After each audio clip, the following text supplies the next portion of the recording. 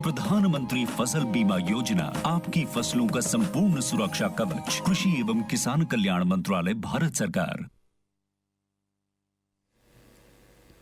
ರೈತ ಬಾಂಧವರೇ, ಇಂದಿನ ಕೃಷಿ ರಂಗ ಪ್ರಾಯೋಜಿತ ಕಾರ್ಯಕ್ರಮ ಕಿಸಾನ್ ವಾಣಿಯಲ್ಲಿ ಮಲ್ಲಿಗೆ ಹೂವಿನ ಬೇಸಾಯ ಕ್ರಮಗಳು ಕುರಿತು ಡಾಕ್ಟರ್ ಹನುಮಂತಪ್ಪ ಶ್ರೀಹರಿ ಅವರೊಡನೆ ಸಂದರ್ಶನ ಕೇಳುವಿರಿ.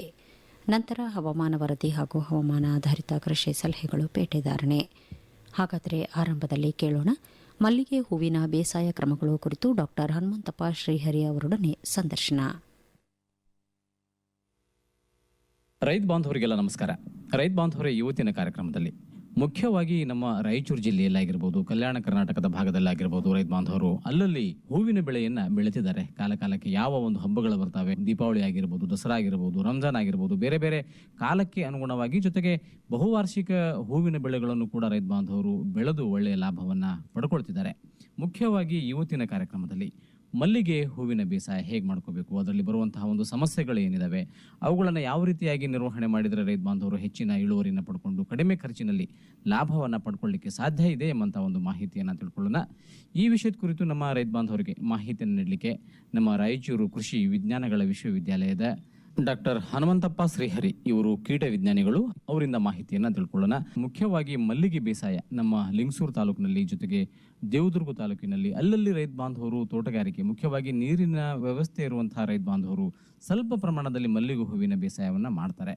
ಮುಖ್ಯವಾಗಿ ನಮ್ಮ ವಾತಾವರಣಕ್ಕೆ ಮಲ್ಲಿಗೆ ಹೂವಿನ ಪರಿಚಯವನ್ನ ನಮ್ಮ ರೈತ ಬಾಂಧವರಿಗೆ ಹೇಗೆ ಮಾಡ್ಕೋಬಹುದು, ಅದರ ಬಗ್ಗೆ ಸಂಕ್ಷಿಪ್ತ ಮಾಹಿತಿ. ರೈತ ಬಾಂಧವರೇ ನಮಸ್ಕಾರ.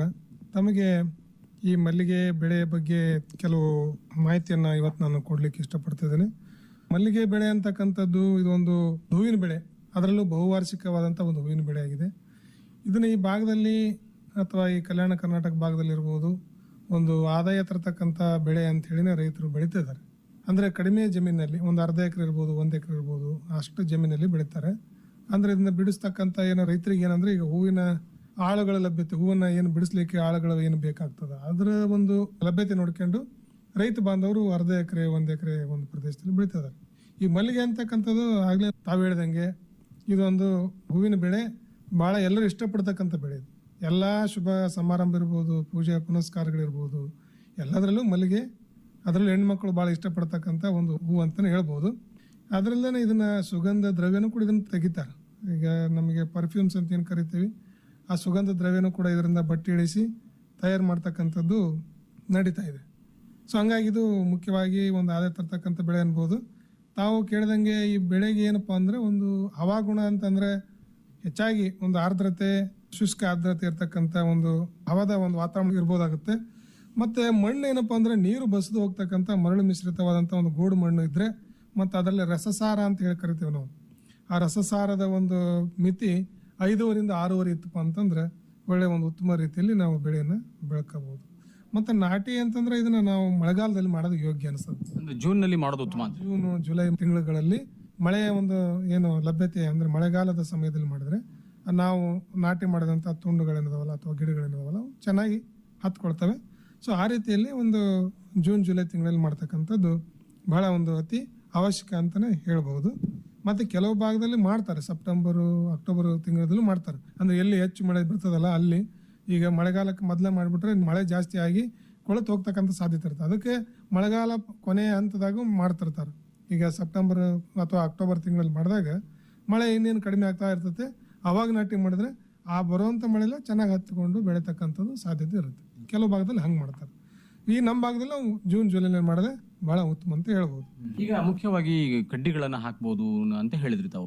ಹೇಗೆ ಅದನ್ನ ಸಿದ್ಧತೆ ಮಾಡಿಕೊಂಡು ಯಾವ ಅಂತರದಲ್ಲಿ ಯಾವ ತಳಿಗಳನ್ನ ಆಯ್ಕೆ ಮಾಡ್ಕೊಂಡ್ರೆ ರೈತ ಬಾಂಧವರು ಒಳ್ಳೇದಂತ ಹೇಳ್ತೀರಿ? ಈಗ ದುಂಡಿ ಮಲ್ಲಿಗೆ ಇರ್ತದೆ, ಕೆಲವೊಂದು ಸೂಜಿ ಮಲ್ಲಿಗೆ ಇರ್ತದೆ, ಇವುಗಳ ಹೇಗೆ? ಈಗ ಅದನ್ನ ತಳಿ ಅಭಿವೃದ್ಧಿ ಅಂತ ಏನಿಲ್ಲ, ಈಗಾಗಲೇ ತಳಿಗಳು ನಮಗೆ ಅದಾವೆ. ಈಗ ದುಂಡು ಮಲ್ಲಿಗೆ ಅಂತಿದೆ, ಜಾಜಿ ಮಲ್ಲಿಗೆ ಅಂತಿದೆ, ನಮ್ಮ ಭಾಗದಾಗ ಸೂಜಿ ಮಲ್ಲಿಗೆ ಅಥವಾ ಬಳ್ಳಾರಿ ಮಲ್ಲಿಗೆ ಅಂತ ಕರೀತಾರೆ, ಹಡಗಲಿ ಮಲ್ಲಿಗೆ ಅಂತಾನೂ ಕರೀತಾರೆ.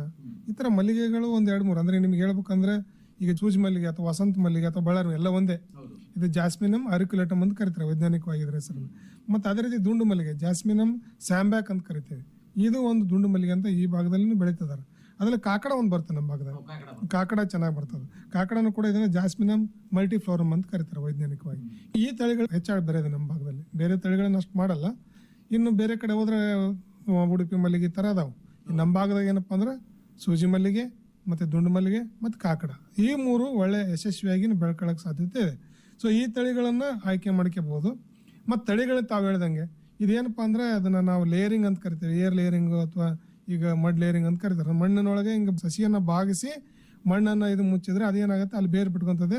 ಆ ಬಂದಂಥ ರೆಂಬೆಗಳನ್ನ ಕಟ್ ಮಾಡ್ಕೊಂಡು ಒಂದು ಹೊಸ ಕಸಿ ಅಲ್ಲ, ಅದನ್ನು ಲೇಯರಿಂಗ್ ಅಂತ ಕರೀತಾರೆ. ಹಿಂಗೆ ಇದನ್ನ ಮಾಡಿ ಹಿಂಗೆ ಅದನ್ನ ಬಗ್ಗಿಸಿ ಅದನ್ನ ಮಣ್ಣಿಗೆ ತಾಗಿಸಿ ಅದನ್ನು ಇದು ಮಾಡಿದರೆ ಅದು ಅಲ್ಲೇ ಬೇರು ಬಿಟ್ಕೊತದೆ. ಅದನ್ನು ಸಪ್ರೇಟ್ ಕಟ್ ಮಾಡಿ ಅದನ್ನೊಂದು ಸಪ್ರೇಟಾಗಿ ಸಸಿಯನ್ನು ಮಾಡ್ತಾರೆ.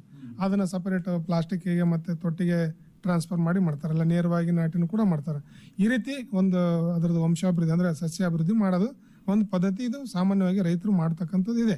ಮತ್ತು ನಾವು ಬೇಕಂದ್ರೆ ನಮ್ಮಲ್ಲಿನೂ ಕೂಡ ಕೆಲವೊಂದು ತೋಟಗಾರಿಕೆ ಇಲಾಖೆಯನ್ನು ಕೂಡ ಮಾಡಿಕೊಡ್ತಕ್ಕಂಥದ್ದು ನಡೀತಾ ಇದೆ ಕೆಲಸ. ಸೊ ಇದು ಒಂದು. ಇನ್ನು ಇದರಲ್ಲಿ ಮುಖ್ಯವಾಗಿ ಹೆಂಗಿದೆ ಅಂತ ಈಗ ನಾವು ಹಡಗಲಿ ಮಲ್ಲಿಗೆ ಸೂಜಿ ಮಲ್ಲಿಗೆ ಬಗ್ಗೆ ಅಂದರೆ ಕೆಲವು ಬಗ್ಗೆ ಹೇಳ್ಬೇಕಂದ್ರೆ ಈ 3 ತಳಿಗಳನ್ನ ಹಾಕಿರೋದು ಒಳ್ಳೇದು ರೈತರು. ಯಾಕಂದ್ರೆ ವರ್ಷನ ಪೂರ್ತಿನೂ ಅವ್ರಿಗೆ ಹೂ ಸಿಗ್ತದೆ. ಈಗ ಸೂಜಿ ಮಲ್ಲಿಗೆ ಅಂತ ಹೇಳಿದ್ ನಾನು, ಸೂಜಿ ಮಲ್ಲಿಗೆನ ಅವರು ನಾಟಿ ಮಾಡಿದ್ರಪ್ಪ ಅಂದ್ರೆ ಅದರದ್ದು ಹೂ ಯಾವಾಗ ಪ್ರಾರಂಭ ಆಗುತ್ತೆ ಅಂದರೆ ಜನವರಿ ಫೆಬ್ರವರಿಯಿಂದ ಚಲೋ ಆಗುತ್ತೆ. ಆ ಫೆಬ್ರವರಿಯಿಂದ ಹೂ ಶುರು ಆತಪ್ಪ ಅಂತಂದ್ರೆ ಹೆಚ್ಚು ಕಡಿಮೆ ಅವರಿಗೆ ಸೂಜಿ ಮಲ್ಲಿಗೆ ಸೆಪ್ಟೆಂಬರ್ ಅಕ್ಟೋಬರ್ ಮಟ್ಟ ಸಿಗ್ತದೆ. ಹೆಚ್ಚು ಕಡಿಮೆ 6 ರಿಂದ 7 ತಿಂಗಳವರೆಗೂ ಒಂದು ಸರಿ ಹೂ ಶುರು ಆತಪ್ಪ ಅಂದ್ರೆ ಸೂಜಿ ಮಲ್ಲಿಗೆ ಅಥವಾ ಹಡಗಲಿ ಮಲ್ಲಿಗೆ ಅಥವಾ ಮಳ್ಳಾರಿ ಮಲ್ಲಿಗೆ ಅದು ಬರ್ತಾ ಇರ್ತದೆ. ಸುಮಾರು 7 ತಿಂಗಳವರೆಗೆ ಬರ್ತಾ ಇರ್ತದೆ. ಇನ್ನು ಮಧ್ಯದಲ್ಲಿ ನಾವು 2 ಮಲ್ಲಿಗೆಗಳನ್ನು ಹಾಕ್ಕೊಂಡ್ರಪ್ಪ ಅಂದ್ರೆ ಅದು ಕೂಡ ನಡಿ ಹೂ ಕೊಡ್ತದೆ. ಯಾವುದು ದುಂಡು ಮಲ್ಲಿಗೆ ಇರ್ಬೋದು ಮತ್ತೆ ಕಾಕಡ ಮಲ್ಲಿಗೆ ಇರ್ಬೋದು. ಸೊ ಹಂಗಾಗಿ ಆಮೇಲೆ ಜನರಿಗೆ ಪ್ರಿಫರೆನ್ಸ್, ಕೆಲವರು ದುಂಡು ಮಲ್ಲಿಗೆ ಇಷ್ಟ ಪಡ್ತಾರೆ, ಕೆಲವರು ಸೂಜಿ ಮಲ್ಲಿಗೆ ಅಂದ್ರೆ ಮಾರ್ಕೆಟ್ನು ಕೂಡ ಅದರ ಲಭ್ಯತೆಯನ್ನು ಪೂರೈಸ್ತಾರೆ ರೈತರು. ಈ ಒಂದನೇ ಮಾಡಿದ್ರೆ ಒಂದೊಂದ್ಸರಿ ಮಾರ್ಕೆಟ್ನಲ್ಲಿ ನಮಗೆ ಅದರ ಡಿಮ್ಯಾಂಡ್ ಕಡಿಮೆ. ಸೊ 3 ಮಲ್ಲಿಗೆ ಹಾಕ್ಯಂಡ್ರಂದ್ರೆ ಅವರಿಗೆ ಸಂಪೂರ್ಣವಾಗಿ 3 ತಳಿಗಳನ್ನು ಅವರು ಮಾರ್ಕೆಟಿಗೆ ಕೊಡ್ಬೋದು, ಅವ್ರಿಗೆ ಲಾಭನೂ ಕೂಡ ಅನಿಸ್ತದೆ. ನಾವು ಪೂರೈಕೆ ಮಾಡಬಹುದು, ಅವರ ಬೇಡಿಕೆಯನ್ನು ಪೂರೈಸಬಹುದು. ಸೊ ಆ ರೀತಿಯಲ್ಲಿ 3 ತಳಿಗಳನ್ನು ಮಾಡೋದ್ರಲ್ಲಿ ಏನು ತಪ್ಪಿಲ್ಲ. ಅದನ್ನ ಮಾಡೋದಕ್ಕೆ ನಾವು ಶಿಫಾರಸ್ ಮಾಡ್ಬೋದು. ಇನ್ನು ಅದೇ ನಾನು ಹೇಳ್ದಂಗೆ ಭೂಮಿ ಸಿದ್ಧತೆ ಅದನ್ನೆಲ್ಲ ಮಾಡ್ಕೊಳ್ತಾರೆ. ಸಾಮಾನ್ಯವಾಗಿ ಅದು ಮಾಡ್ತಿರ್ತಾರೆ. ಅದನ್ನ ನಾಟಿ ಮಾಡೋದು 6 ಫೀಟು 6 ಫೀಟಿಗೆ ಹಾಕ್ತಾರೆ. 6 ರಿಂದ 7 ಫೀಟಿಗೆ ಒಂದೊಂದು ಗಿಡಗಳಿಂದ ಗಿಡಗೆ ಸಾಲಿಗೆ ಹಚ್ತಾರೆ. ಅಂದ್ರೆ ಮಣ್ಣಿನ ಫಲವತ್ತತೆ ನೋಡ್ಕೊಂಡು ಅದನ್ನೆಲ್ಲ ಮಾಡೋದಕ್ಕೆ ಅದು ಸಾಧ್ಯತೆ ಇದೆ. ಅದನ್ನೆಲ್ಲ ಅವರು ಅಳವಡಿಸ್ಕೊಳ್ಬೋದು. ಈ ನೀರಾವರಿ ಅಥವಾ ಗೊಬ್ಬರ ಗೂಡು ಮಾಡ್ತಕ್ಕಂಥದ್ದು ಸಾಮಾನ್ಯವಾಗಿ ಮಳೆಗಾಲದ ಪ್ರಾರಂಭದಲ್ಲಿ ಗೊಬ್ಬರ ಹಾಕ್ಬೇಕಾಗುತ್ತೆ. ಸರ್ಕಾರಿ ಗೊಬ್ಬರ ಅಂದರೆ ಸಾವಯವ ಗೊಬ್ಬರ ಇರ್ಬೋದು, ಮತ್ತು ಇದೇನಾದರೂ ಬೇರೆ ಈಗ ನಾವು ಆರ್ಗ್ಯಾನಿಕ್ ಫರ್ಟಿಲೈಸರ್ಸು ಅಥವಾ ಸಾವಯವ ಪದಾರ್ಥದಲ್ಲಿರ್ಬೋದು ಅಥವಾ ರಾಸಾಯನಿಕಗಳನ್ನು ಕೂಡ ಬಳಕೆ ಮಾಡ್ಬೋದು. ಅದು ನೋಡ್ಕೊಂಡು ಶಿಫಾರಸು ಮಾಡಿದ ಪ್ರಮಾಣದಲ್ಲಿ ಹಾಕ್ಯಂತ ಹೋಗ್ಬೋದು. ನಾನು ಮುಖ್ಯವಾಗಿ ಏನಂತಂದ್ರೆ ಈ ಮಲ್ಲಿಗೆಯಲ್ಲಿ ಏನು ಪ್ರಾಬ್ಲಮ್ಸ್ ಅದಾವ ಅದನ್ನು ನಾನು ಇಲ್ಲಿ ರೈತ ಬಾಂಧವರಿಗೆ ತಿಳ್ಸೋಕೆ ಇಷ್ಟಪಡ್ತೇನೆ. ಸಮಸ್ಯೆಗಳು ಇಲ್ಲ ನಿರ್ವಹಣೆ ಮಾಡೋದು. ಹೌದೌದು, ನಿರ್ವಹಣೆ ಮಾಡೋದು ಹೆಂಗೆ ಅನ್ನೋದು. ಅಂದರೆ ಈಗ ಎಲ್ಲ ಮಾಡ್ತಿರ್ತಾರೆ, ನೀರು ಕೊಡ್ತಾ ಇರ್ತಾರೆ, ಗೊಬ್ಬರ ಕೊಡ್ತಿರ್ತಾರೆ, ಎಲ್ಲನೂ ಕೊಟ್ಟು ಬೆಳಿತಾ ಇರ್ತಾರೆ. ಆದರೂ ಕೂಡ ರೈತರಿಗೆ ಕೆಲವೊಂದು ಸರಿ ಇಳುವರಿಯಲ್ಲಿ ಕುಂಠಿತ ಆಗೋದು ಅಥವಾ ಇಳುವರಿ ಕಡಿಮೆ ಆಗೋದು ಅಥವಾ ಬೆಲೆ ಕಡಿಮೆ ಆಗ್ತಕ್ಕಂಥದ್ದು ಆಗ್ತಾವೆ. ಅಂದರೆ ಕ್ವಾಲಿಟಿ, ಹೂ ಕ್ವಾಲಿಟಿ ಇವೆಲ್ಲ ಆಗ್ತಾವೆ. ಇದಕ್ಕೆ ಕಾರಣ ಅಂದರೆ ಆ ಬೆಳೆಗೆ ಬರ್ತಕ್ಕಂಥ ರೋಗಗಳಿರ್ಬೋದು ಅಥವಾ ಕೀಟಗಳಿರ್ಬೋದು, ಅದು ಭಾಳ ಮುಖ್ಯ ಆಗ್ತದೆ.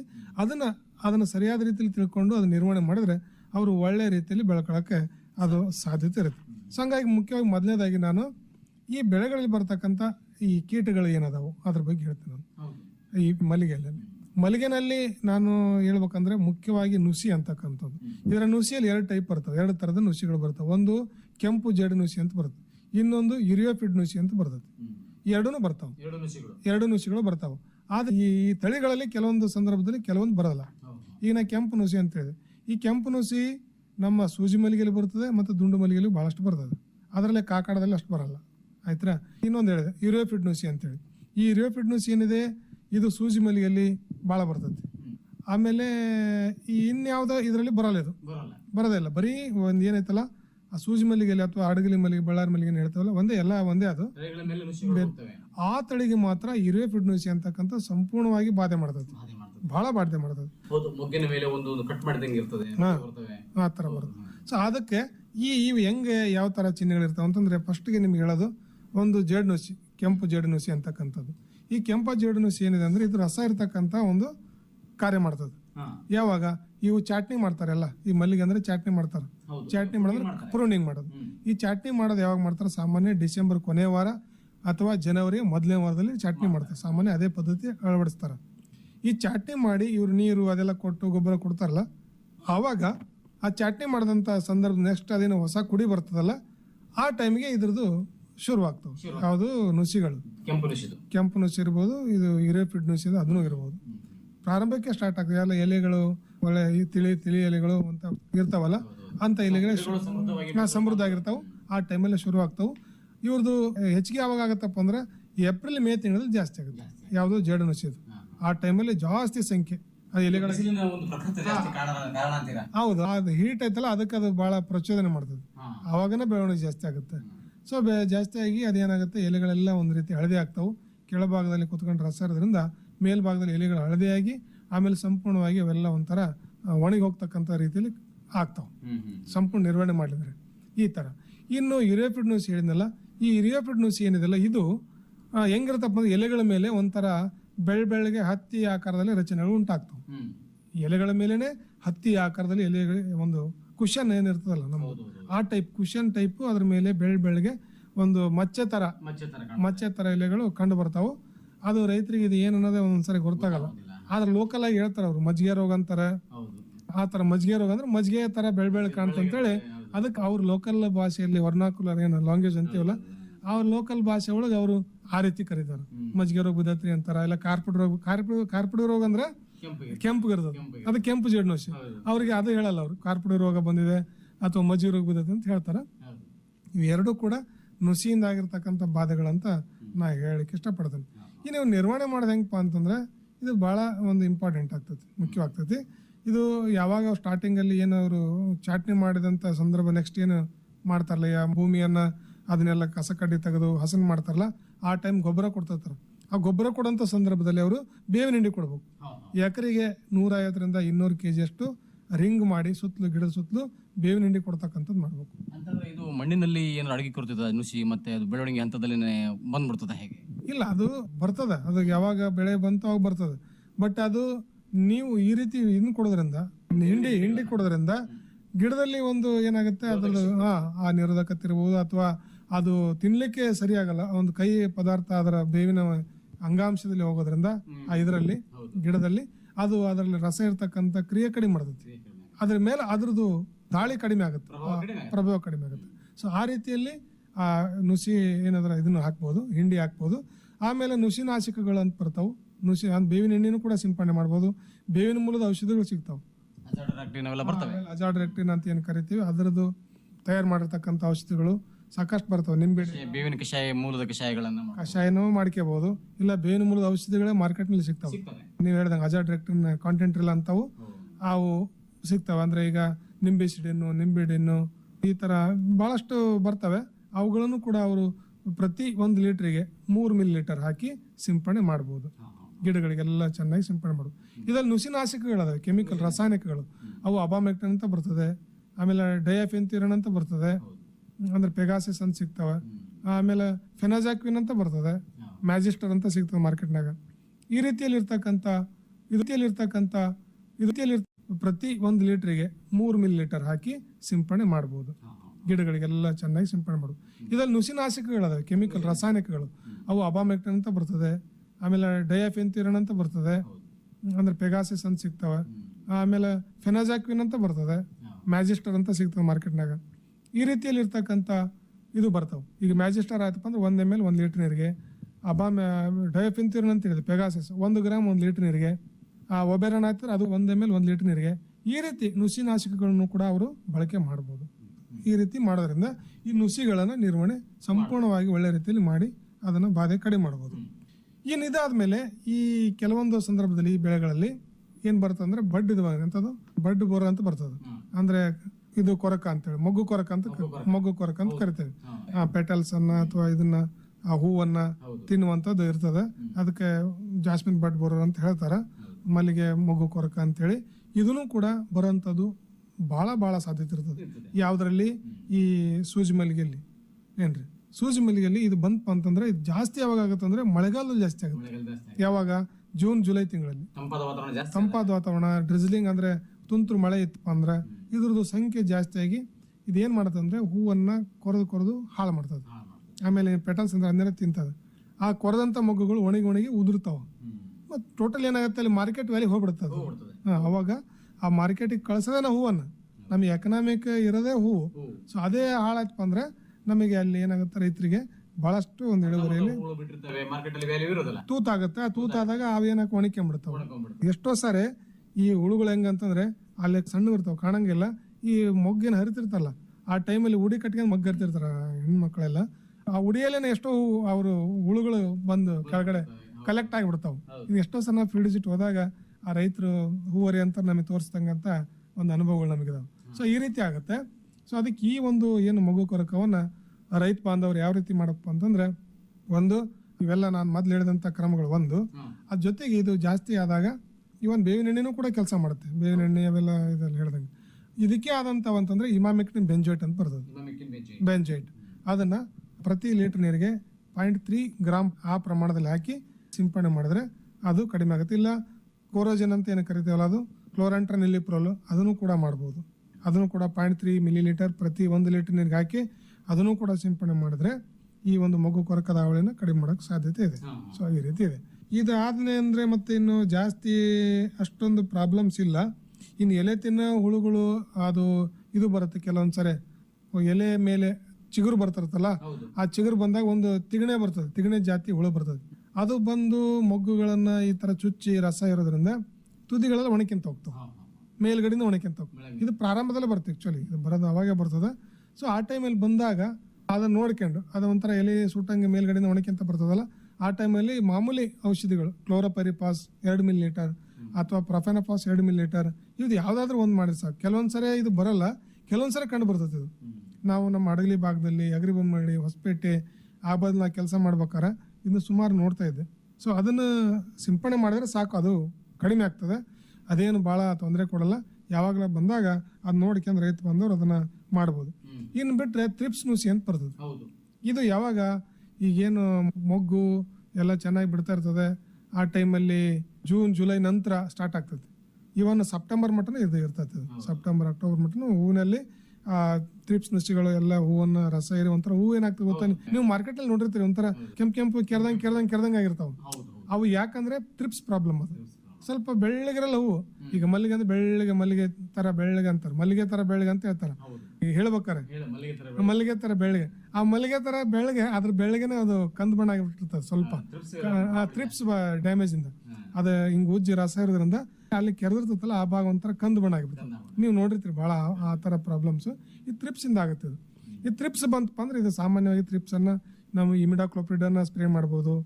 ಬೇವಿನ ಔಷಧಿ ಮಾಮೂಲಿ ಇದು ಎಲ್ಲದಕ್ಕೂ ನಡುವೆ ಇದು ರೈತರು ಬೇವಿನ ಔಷಧಿ 1 ರೌಂಡ್ ಇಟ್ಕೊಂಡಿರ್ಬೇಕು. ಅದು ನಡುವೆ ಏನಾರ 1 ರೌಂಡ್ ಸ್ಪ್ರೇ ಸಿಂಪಡಣೆ ಮಾಡಬೇಕು. ಬಂದಾಗ ಮಾತ್ರ ತೀವ್ರತೆ ಹೆಚ್ಚಾದಾಗ ಮಾತ್ರ ಕೆಮಿಕಲ್ಸ್ ಏನು ರಾಸಾಯನಿಕಗಳಿಗೆ ನಾ ಹೇಳಿದ್ನಲ್ಲ ಇಂಥವನ್ನ ಮಾಡಬಹುದು. ಇಲ್ಲಾಂದ್ರೆ ಬೇವಿನ ಎಣ್ಣೆ ಒಂದು ಇಟ್ಕೊಂಡ್ರೆ ಒಂದು ಪರಿಸರಕ್ಕೂ ಇದು ಮತ್ತೆ ಮುಡಿತಾರೆ ಎಲ್ಲ ಇದನ್ನ ತಲೆ ಮೇಲೆ ಮುಡಿತಾರೆ ಎಲ್ಲ ಇದು ಮಾಡ್ತಾರೆ. ಆದಷ್ಟು ಕೆಮಿಕಲ್ನು ಕಡಿಮೆ ಮಾಡ್ಬೇಕಂತ ನಾನು ಹೇಳಕ್ಕೆ ಇಷ್ಟಪಡ್ತೇನೆ. ಎಲ್ಲಿ ಜಾಸ್ತಿ ತೀವ್ರತೆ ಇದೆ ಅಂತ ಒಂದು ಸಂದರ್ಭದಲ್ಲಿ ಈ ತರ ಏನು ಕೆಮಿಕಲ್ಗಳು ಅಂದ್ರೆ ರಾಸಾಯನಿಕಗಳನ್ನು ಮಾಡಬಹುದು. ಅದೇ ಥ್ರಿಪ್ಸ್ ನುಸಿಗೆ ಇಮಿಡಾಕ್ಲೋಪ್ರಿಡ್, ಥೈಮೆಥಾಕ್ಸಾಮು, ಆಮೇಲೆ ಅಸ್ಟಂಪಿರಿಡ್, ಆಮೇಲೆ ಇತ್ತೀಚೆಗೆ ಎಲ್ಲ ಉಲ್ಲಾಲ ಅಂತ ಬಹಳಷ್ಟು ಬಂದ ಔಷಧಿಗಳು, ಅದು ಅಂತರ್ವ್ಯಾಪಿ ಕೀಟನಾಶಕಗಳು, ಅವನ್ನ ಬಳಕೆ ಮಾಡ್ಬೋದು. ತಜ್ಞರನ್ನ ಸಂಪರ್ಕ ಮಾಡ್ಬೋದು ಅಥವಾ ನಮ್ಮನ್ನ ಸಂಪರ್ಕ ಮಾಡ್ಬೋದು. ಈ ರೀತಿ ಮಾಡಿದ್ರೆ ಇದು ಹಾವಳಿನ ಕಡಿಮೆ ಮಾಡ್ಬೋದು. ಇನ್ನು ರೋಗ ಅಂತ ನಾನು ಹೇಳಿದೆ, ರೋಗದಲ್ಲಿ ಇದಕ್ಕೆ ಬರೋದು ಸಾಮಾನ್ಯ ಎಲೆ ಚುಕ್ಕಿ ರೋಗ ಒಂದು ಬರ್ತದೆ ಸ್ವಲ್ಪ ಪ್ರಮಾಣದಾಗ, ಅಷ್ಟೇನು ಹೇಳ್ಕೊಳ್ಳೋ ಮಟ್ಟದಲ್ಲಿ ಬರೋದಿಲ್ಲ. ಅದನ್ನ ಮ್ಯಾನೇಜ್ ಮಾಡ್ಬೋದು. ಬಹಳಷ್ಟು ಔಷಧಿಗಳು ಸಿಗುತ್ತೆ. ಸಾಪ್ ಅಂತ ಬರ್ತದೆ, ಎಕ್ಸಾಕೊನಜೋಲ್ ಅಂತ ಬರ್ತದೆ. ಇವು ಯಾವುದಾದ್ರೂ ಔಷಧಿಗಳನ್ನ ಮಾಡಿದ್ರೆ ಸರಿ ಆಗ್ತವೆ. ಇನ್ನು ಸೊರಗು ರೋಗ ಒಂದು ಸ್ವಲ್ಪ ಪ್ರಾಬ್ಲಮ್ ಇದೆ. ಸೊರಗು ರೋಗ ಅಂದ್ರೆ ಗಿಡ ಒಣಗಿ ಬಿಡ್ತದೆ. ಈಗ ಫಸ್ಟ್ ಎಳೆದೆ ಆಗದಂಗಾಗಿ ಎಲ್ಲ ಎಲೆ ಬತ್ಕೊಂತ ಹೋಗ್ತವೆ. ಆಮೇಲೆ ಏನಾಗ್ತವೆ, ಅದು ಗಿಡ ಸಂಪೂರ್ಣ ಒಣಗಿ ಹೋಗ್ಬಿಡ್ತದೆ ಸೊರಗುದಿಂದ. ಆ ಥರ ಒಂದು ಸಮಸ್ಯೆಗಳಾಗ್ತವೆ. ಇದು ಭಾಳ ಇಂಪಾರ್ಟೆಂಟ್. ಯಾಕಂದ್ರೆ ಗಿಡ ಕಾಪಾಡ್ಕೋಬೇಕು. ತಮಗೊಂದು ಮಾಹಿತಿ ಹೇಳಿಲ್ಲ ನಾನು. ಒಂದು ಸರಿ ಗಿಡ ಅವ್ರು ಹಚ್ಚಿದ್ರಪ್ಪ ಅಂದ್ರೆ ಕೆಲವೊಬ್ಬ ರೈತರು 30 ವರ್ಷ ಗಂಟ್ಲೆ ಕಾಪಾಡ್ಕೊಂಡಿರ್ತಕ್ಕಂಥ 30-35 ವರ್ಷ ಗಂಟ್ಲೆ ಒಂದು ಸಾರಿ ನಾಟಿ ಮಾಡಿದಂಥ ತೋಟಗಳು, ಹೂವಿನ ತೋಟಗಳು 30-35 ವರ್ಷ ಗಂಟ್ಲೆ ಇರ್ತಕ್ಕಂಥ ಇರ್ತವೆ. ಸೊ ಹಂಗಾಗಿ ಆ ಒಂದು ಗಿಡ ಹೋಯ್ತಪ್ಪ ಅಂದ್ರೆ ಅವರಿಗೆ ಸಂಪೂರ್ಣ ಲಾಸ್ ಆಗುತ್ತೆ. ಸೊ ಅಂಥದ್ದು ಏನಾರ ಬಂತಂದ್ರೆ ಸೊರಗು ರೋಗದ ಲಕ್ಷಣ ಕಾಣ್ತಪ್ಪ ಅಂದ್ರೆ ರೈತ ಅಂದ್ರೆ ಏನು ಮಾಡ್ಬೇಕು, ಅದನ್ನ ಟ್ರೀಟ್ ಮಾಡ್ಬೇಕು ಸರಿಯಾದ ರೀತಿಯಲ್ಲಿ. ಆ ಗಿಡನ ಮೊದಲಿಗೆ ಇತ್ತಪ್ಪ ಅಂದ್ರೆ ಅದನ್ನ ಸ್ಟಾರ್ಟಿಂಗಲ್ಲೇ ಮೊದಲಿಗೆ ಗುರುತಿಸಿದ್ರೆ ಅದನ್ನ ಎಲ್ಲ ನಾವು ಸಾಪು ಇದನ್ನ ಡ್ರೆಂಚಿಂಗ್ ಮಾಡ್ಬೋದು. ಅಂದ್ರೆ 2 ಗ್ರಾಮ್ ಪ್ರತಿ 1 ಲೀಟರ್ಗೆ ದ್ರಾವಣ ಮಾಡ್ಕೊಂಡು ಆ ಬುಡದ ಸುತ್ತಲೂ ಸುರಿತಕ್ಕಂಥದ್ದು ಮಾಡ್ಬೋದು. ಮತ್ತೆ ನಾವು ಟ್ರೈಕೋಡರ್ಮಾ ಅದನ್ನೆಲ್ಲನೂ ಬಳಕೆ ಮಾಡ್ಬೋದು. ಈಗೇನು ಹರಡುವಿಕೆ ಪ್ರಮಾಣ ಆಜುಬಾಜು ಸ್ಪ್ರೆಡ್ ಆಗದಂಗೆ ಟ್ರೈಕೋಡರ್ಮಾನ ನಾವು ಕೊಟ್ಟಿಗೆ ಗೊಬ್ಬರ ಜೊತೆಗೆ ಸೇರಿಸ್ಕೊಂಡು ಗಿಡ ಸುತ್ತಲೂ ನಾವು ರಿಂಗ್ ಮಾಡಿ ಕೊಡ್ಬೋದು. ಆ ರೀತಿ ಮಾಡೋದ್ರಿಂದ ಸೊರಗೊರನ್ ಮಾಡ್ಬೋದು. ಒಂದು ಗಿಡ ಹೋಯ್ತಪ್ಪ ಅಂದ್ರೆ ಇನ್ನೊಂದು ಗಿಡಕ್ಕೆ ಹೋಗದಂಗೆ ನಾವು ತಡಿಬೇಕು. ಆದಷ್ಟು ಡ್ರಿಪ್ ಹಾಕಿದ್ರೆ ಭಾಳ ಒಳ್ಳೆಯದು. ಅಲ್ಲೇನಾಗುತ್ತೆ ಒಂದರಿಂದ ಒಂದು ರೋಗಾಣುಗಳು ಪ್ರಸರಣ ಆಗೋದಿಲ್ಲ. ಯಾಕಂದ್ರೆ ಸ್ಪ್ರೆಡ್ ಆಗ್ಬಿಡ್ತದೆ. ಅದೇನಾಗುತ್ತೆ, ಹರಿ ನೀರು ಇತ್ತಂದ್ರೆ ರೋಗಾಣುಗಳು ಈ ಗಿಡದಿಂದ ಇನ್ನೊಂದು ಗಿಡಕ್ಕೆ ಭಾಳ ಈಸಿಯಾಗಿ ಮುಂದಕ್ಕೆ ಪ್ರಸರಣ ಆಗಿ ಪಕ್ಕದ ಗಿಡಕ್ಕೂ ಹೋಗ್ತಕ್ಕಂಥ ಇರ್ತದೆ. ಅದನ್ನ ನೋಡ್ಬೇಕು. ಆಮೇಲೆ ನೀರು ನಿಲ್ದಂಗೆ ಕಾಪಾಡ್ಕೋಬೇಕು. ಈಗ ಮಳೆ ಏನಾರ ಬಂತು, ಜಾಸ್ತಿ ಬಂತು ಅಂದಾಗ ಕೆಲವೊಂದ್ಸಲ ಅತಿವೃಷ್ಟಿ ಆಗ್ತಕ್ಕಂಥ ಸಾಧ್ಯತೆ ಇರ್ತದೆ. ಮಳೆ ಜಾಸ್ತಿ ಅಂತ ಟೈಮಲ್ಲಿ ಬಸಿಗಾಲ ಮಾಡ್ತಕ್ಕಂಥದ್ದು, ನೀರು ನಿಲ್ದಂಗೆ ಮಾಡ್ಕೊಳ್ಳೋದು. ಈ ಸೊರಗರ ಏನಾಗುತ್ತೆ, ಉಲ್ಬಣ ಆಗಿಬಿಡುತ್ತೆ. ನೀರು ನಿಂತಪ್ಪ ಅಂದ್ರೆ ಜಾಸ್ತಿ ಆಗ್ಬಿಡ್ತದೆ. ಯಾಕಂದ್ರೆ ರೋಗಾಣುಗಳು ಜಾಸ್ತಿ ವೃದ್ಧಿ ಆಗ್ತವೆ, ಬೇರುಗಳನ್ನ ಜಾಸ್ತಿ ಹಾನಿ ಮಾಡಿ ಅದು ಮುಂದೆ ಸಂಪೂರ್ಣ ಗಿಡ ಹಾಳಾಗಿ ಅಥವಾ ಸತ್ತು ಹೋಗ್ತಕ್ಕಂಥದ್ದು. ಅದಕ್ಕೆ ನೀರನ್ನ ಸರಿಯಾದ ರೀತಿ ಬಳಕೆ ಮಾಡ್ತಕ್ಕಂಥದ್ದು ಈ ಸೊರಗೃಹದಲ್ಲಿ ಬಹಳ ಮುಖ್ಯ ಆಗ್ತತಿ. ಸೊ ಇಷ್ಟನ್ನ ಮಾಡಿದ್ರೆ ಇದು ಮಾಡ್ಬೋದು. ಇನ್ನೊಂದು ಹೇಳ್ಬೇಕಂದ್ರೆ ದುಂಡು ಮಲ್ಲಿಗೆಯಲ್ಲಿ ಒಂದು ಮಿಡ್ಜ್ ಬರ್ತದೆ, ಒಂಥರ ನೊಣದ ಜಾತಿ ಹುಳು ಬರ್ತದೆ. ಅದು ಕೆಂಪಾಗಿಬಿಡ್ತಾವೆ ಮೊಗ್ಗುಗಳು. ಅದು ಮಿಡ್ಜಿಂದ ಆಗ್ತಕ್ಕಂಥದ್ದು. ಅದೇನಾರ ಬಂದ್ರೆ ಇದು ನಾನು ಆಗ್ಲೇ ಹೇಳಿದಂಗೆ ಅಂತರ್ವ್ಯಾಪಿ ಕೀಟನಾಶಕಗಳನ್ನು ಅವೇ ಕೆಲಸ ಮಾಡ್ತವೆ, ಅವನ್ನೇ ಮಾಡ್ಬೋದು ಮಿಡ್ಜ್ ಪ್ರಾಬ್ಲಮ್ ಇದ್ರೆ. ಸೊ ಇಷ್ಟು ಪ್ರಾಬ್ಲಮ್ಸು ಅದಾವೆ. ಅದಕ್ಕೆ ಇವನ್ನ ಸರಿಯಾದ ರೀತಿಯಲ್ಲಿ ಗುರುತಿಸ್ಕೊಂಡು ಒಂದು ರೈತರು ಮ್ಯಾನೇಜ್ ಮಾಡಬೇಕು, ನಿರ್ವಹಣೆ ಮಾಡಬೇಕು. ಇಲ್ಲಪ್ಪ ಅಂದ್ರೆ ನಮ್ಮನ್ನು ಸಂಪರ್ಕ ಮಾಡಬೇಕು, ಅಥವಾ ಅಕ್ಕಪಕ್ಕದಲ್ಲಿ ಇರ್ತಕ್ಕಂಥ ಕೃಷಿ ಇಲಾಖೆಗಳಿರ್ಬೋದು, ಅಥವಾ ನಮ್ಮ ಕೃಷಿ ವಿಜ್ಞಾನ ಕೇಂದ್ರಗಳು, ಕೃಷಿ ವಿಸ್ತರಣಾ ಶಿಕ್ಷಣ ಕೇಂದ್ರಗಳು ಇರ್ತವೆ. ಅಲ್ಲಿನ ನೀವು ಸ್ಯಾಂಪಲ್ ತಗೊಂಡು ಹೋಗಿ ಅದನ್ನ ಕೊಟ್ಟು ನೋಡಿ ಸರಿಯಾದ ರೀತಿಯಲ್ಲಿ ಉಪಚಾರ ಮಾಡಿದ್ರೆ ಇಲ್ಲಿ ಬರ್ತಕ್ಕಂಥ ಈ ಸಮಸ್ಯೆಗಳನ್ನು ಸರಿಯಾದ ರೀತಿಯಲ್ಲಿ ನಿರ್ವಹಣೆ ಮಾಡೋಕ್ಕೆ ಬಹಳ ಸಾಧ್ಯತೆ ಇದೆ ಅಂತ ಹೇಳ್ತೀನಿ.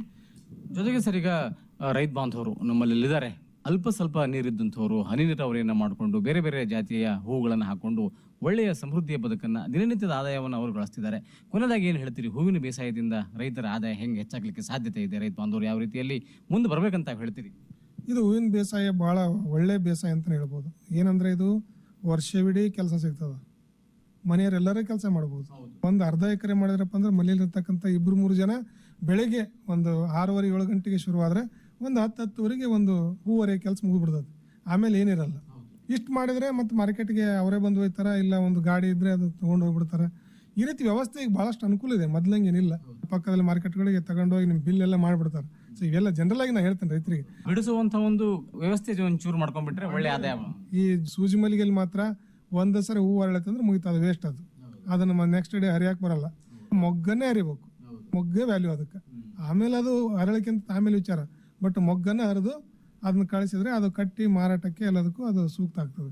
ಆಮೇಲೆ ಒಳ್ಳೆ ಆದಾಯ ಬರ್ತದೆ. ನೀವು 1 ಎಕರೆ ಏನು ಮಾಡಿದ್ರಪ್ಪ ಅಂದ್ರೆ, ನಾನು ನನ್ನ ಇದರಲ್ಲಿ ಹೇಳ್ಬೇಕಂದ್ರೆ ಎಲ್ಲಾ ಖರ್ಚು ತೆಗೆದು ವರ್ಷಕ್ಕೆ 1 ಎಕರೆ ಒಬ್ಬ ರೈತ ಮಾಡ್ತಾನಪ್ಪ ಅಂದ್ರೆ ಎಲ್ಲಾ ಖರ್ಚು ತೆಗೆದು ಕನಿಷ್ಠ ಅಂದ್ರೆ 2 ಲಕ್ಷ ಉಳಿಸ್ಬೋದು. ಇದು ಮಾತ್ರ ಸಾಧ್ಯತೆ ಇದೆ. ಯಾವುದೇ ಒಂದು ವ್ಯವಸಾಯದಲ್ಲಿ ಇಷ್ಟು ಪ್ರಮಾಣದ ಲಾಭ ಇಲ್ಲ. ಅದರಲ್ಲಿ ನಾನು ಹೇಳಿದಂಗೆ ನಾನು ಹೂವಿನ ಹಡಗಲಿಯಲ್ಲಿ ನೋಡಿದ್ದೀನಿ. ಹೂವಿನ ಹಡಗಲಿ ಬಹಳಷ್ಟು ವರ್ಷ ಕೆಲಸ ಮಾಡಿದಂಥ ಅನುಭವನ ಶೇರ್ ಮಾಡ್ಕೊಂತೀನಿ. ಅಲ್ಲಿ ಒಂದೊಂದು ಅರ್ಧ ಎಕರೆ ಇದ್ದಕ್ಕಂಥ ರೈತರು ಬಹಳ ಸುಖವಾಗಿ ಅದನ್ನ ಬೆಳೆಸಿ ಚೆನ್ನಾಗಿರಂತಕ್ಕಂಥ ನೋಡ್ತಾ ಇದೀವಿ ನಾವು. ಹಂಗಾಗಿ ಹೂವಿನ ಬೆಳೆ, ಅದರಲ್ಲಿ ಮಲ್ಲಿಗೆ ಬೇಸಾಯ ಒಂದು ಆದಾಯ ತರ್ತಕ್ಕಂಥ ಬೆಳೆ. ಒಂದು ಸರಿಯಾದ ರೀತಿ ಒಂದು ಮಾರ್ಗದರ್ಶನ ತಗೊಂಡು ಮಾಡಿದ್ರೆ ಬಹಳ ಒಳ್ಳೆಯದಂತ ನಾನು ಈ ಸಂದರ್ಭದಲ್ಲಿ ಹೇಳಕ್ ಇಷ್ಟಪಡ್ತೀನಿ. ಒಳ್ಳೆಯದು ಸರ್. ಮುಖ್ಯವಾಗಿ ನಮ್ಮ ರಾಯಚೂರು ಜಿಲ್ಲೆಯಲ್ಲಿ ಯಾವುದೇ ತಾಲೂಕಿನ ರೈತರಾಗಿರ್ಬೋದು ಅಥವಾ ಕಾರ್ಯಕ್ರಮವನ್ನು ಕೇಳಿ ತಾವು ಮಲ್ಲಿಗೆ ಹೂವಿನ ಬೇಸಾಯವನ್ನು ಮಾಡಬೇಕಪ್ಪ ಅಂತಂದ್ರೆ ಅವರಿಗೆ ಮಾಹಿತಿ ಬೇಕಾಗಿತ್ತು ಅಂತಂದ್ರೆ ನಿಮ್ಮ ದೂರವಾಣಿ ಸಂಖ್ಯೆ, ನಿಮ್ಮನ್ನ ಹೇಗೆ ಸಂಪರ್ಕ ಮಾಡ್ಕೋಬೇಕು? ನಮ್ಮದು ದೂರವಾಣಿ ಸಂಖ್ಯೆ ತಾವು ತಗೋಬಹುದು 9986277793 9986277793 ಸಂಪರ್ಕ ಮಾಡಿದ್ರೆ ನಾವು ಲಭ್ಯ ತಮಗಿರ್ತೀವಿ ನಾವು.